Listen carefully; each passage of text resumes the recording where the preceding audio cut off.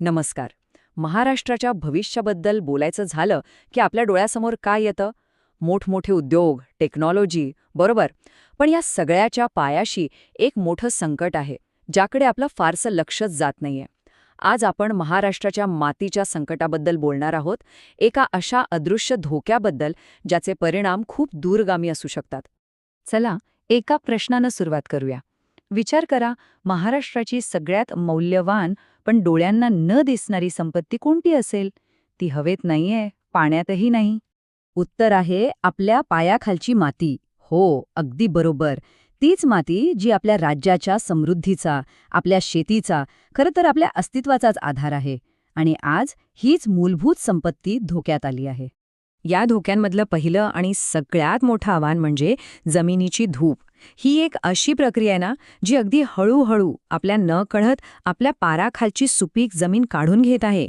चला तर मग ही नाहीशी होणाऱ्या जमिनीची गोष्ट जरा सविस्तर समजून घेऊया. बरं, मृदेची धूप म्हणजे नक्की काय? अगदी सोप्या भाषेत सांगायचं तर जमिनीचा जो सगळ्यात वरचा थर असतो ना, जो हजारो वर्षांच्या प्रक्रियेतून तयार झालेला असतो आणि ज्यात सगळी पोषक द्रव्ये असतात, तो थर पाण्यामुळे किंवा वाऱ्यामुळे वाहून जातो.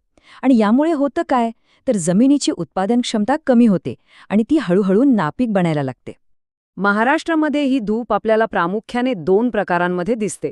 पहिली आहे थर धूप. ही अगदी चोरासारखी आहे. हळूच येते आणि जमिनीवरची सुपीकतेची पातळ चादर ओढून घेऊन जाते. आणि दुसरी, जी जास्त धोकादायक आहे, ती म्हणजे ओघळ धूप. ही तर जणू काही जमिनीवर खोलवर जखमा करते. पाण्याच्या जोरदार प्रवाहामुळे जमिनीत मोठे चर पडतात. या दोन्ही प्रकारांमुळे जमिनीची सुपीकता तर जातेच, पण पाण्याचे स्रोतही खराब होतात आणि पुराचा धोकाही वाढतो. आता जमिनीची धूप तर आहेच, पण त्यासोबतच आणखी एक मोठी समस्या आहे. आणि ती म्हणजे जमिनीच्या आरोग्याची घसरण. याला असं समजा की जमिनीचा हेल्थ चेकअप फेल झालाय आणि तिची ताकद दिवसेंदिवस कमी होत चाललीय. आता ह्या ढासळत्या आरोग्यावर उपाय काय? तर सरकारने एक महत्त्वाचा उपक्रम सुरू केलाय. मृदा आरोग्य पत्रिका म्हणजेच सॉइल हेल्थ कार्ड.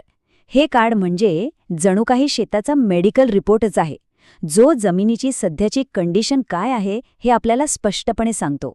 ही योजना काम कशी करते? तर या योजनेअंतर्गत जमिनीची सायंटिफिक पद्धतीने तपासणी केली जाते. त्यात नायट्रोजन, फॉस्फरस, पोटॅशियम यांसारख्या कोणत्या पोषक तत्वांची कमतरता आहे हे ओळखलं जातं. आणि मग त्यानुसार शेतकऱ्यांना खतांचा किती आणि कसा वापर करायचा याचा सल्ला दिला जातो.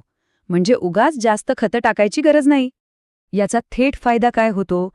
एकतर जमिनीचा कस टिकून राहतो. दुसरं म्हणजे अनावश्यक खतांवरचा खर्च वाचतो. आणि सगळ्यात महत्त्वाचं म्हणजे शेतकऱ्याचं उत्पादन वाढतं. थोडक्यात काय, तर शाश्वत शेतीच्या दिशेने टाकलेले हे खूप महत्त्वाचं पाऊल आहे. चला, आता तिसऱ्या आणि तितक्याच गंभीर आव्हानाकडे वळूया. हे आव्हान आहे जमिनीत वाढणाऱ्या क्षारांचं, म्हणजे सॅलिनिटी. हे असं विष आहे जे अगदी हळूहळू पण 100% जमिनीला नापीक बनवत आहे. ही समस्या सगळ्यात जास्त कुठे दिसते? तर महाराष्ट्राच्या पश्चिम भागातल्या दुष्काळी पट्ट्यात. जिथे पाण्याची कमतरता आहे आणि सिंचनासाठी जमिनीखालच्या पाण्याचा वापर जास्त होतो, तिथे ही समस्या खूपच गंभीर बनली आहे. स्थानिक भाषेत या जमिनीला चोपण जमीन म्हणतात.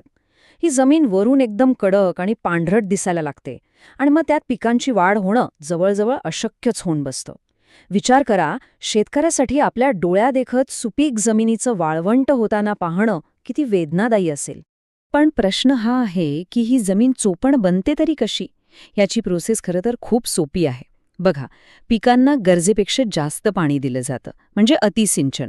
त्यामुळे जमिनीत पाणी साचून राहतं. मग सूर्यप्रकाशामुळे ह्या पाण्याची वाफ होते, पण पाण्यासोबत आलेले क्षार मात्र जमिनीवरच राहतात. आणि ही प्रक्रिया वर्षानुवर्षे चालत राहिल्यामुळे जमिनीचा वरचा थर पूर्णपणे क्षारांनी भरून जातो आणि जमीन बनते नापीक. तर आतापर्यंत आपण 3 मोठी आव्हानं पाहिली: जमिनीची धूप, ढासळणारं आरोग्य आणि क्षारता. आता प्रश्न हा होतो की भविष्याचा विचार करता यावर काय लक्ष केंद्रित केलं जातंय? उत्तर आहे 2026. हा आकडा खूप महत्वाचा आहे. कारण सरकारी धोरणं आणि कृषी योजनांमध्ये मातीच्या संवर्धनाशी संबंधित या समस्यांवर 2026 पर्यंत ठोस उपाययोजना करण्यावर आणि त्यांना प्राधान्य देण्यावर भर दिला जातोय. तर आजच्या आपल्या या विश्लेषणाचं सार काय? ते हेच की महाराष्ट्राचे कृषी भविष्यासमोर ही 3 मुख्य आव्हानं आहेत. 1. जमिनीची धूप थांबवणं. 2. जमिनीचं आरोग्य सुधारणं. आणि 3. क्षारपड जमिनीची समस्या सोडवणं. एक गोष्ट तर नक्की आहे, आपल्या महाराष्ट्राचं भविष्य हे त्याच्या मातीशी जोडलेलं आहे. पण मग खरा प्रश्न हा आहे की ही माती वाचवण्यासाठी जे प्रयत्न आज सुरू आहेत ते पुरेसे आहेत का? त्यांचा वेग योग्य आहे का? या प्रश्नावर आपण सगळ्यांनीच विचार करायला हवा, कारण याचं उत्तर आपल्या सगळ्यांच्या भविष्यावर परिणाम करणारं आहे.